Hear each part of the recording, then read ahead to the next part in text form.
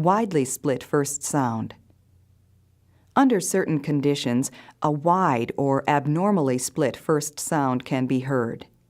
An abnormally wide split first sound can be due to either electrical or mechanical causes, which create asynchrony of the two ventricles. Some of the electrical causes may be right bundle branch block, premature ventricular beats, and ventricular tachycardia. More often, however, in actual practice, an apparently wide split will in fact be caused by another sound around the time of the first. A sound which can be mistaken for a wide split first is an ejection sound, which will be discussed later. Listen now to a widely split first sound.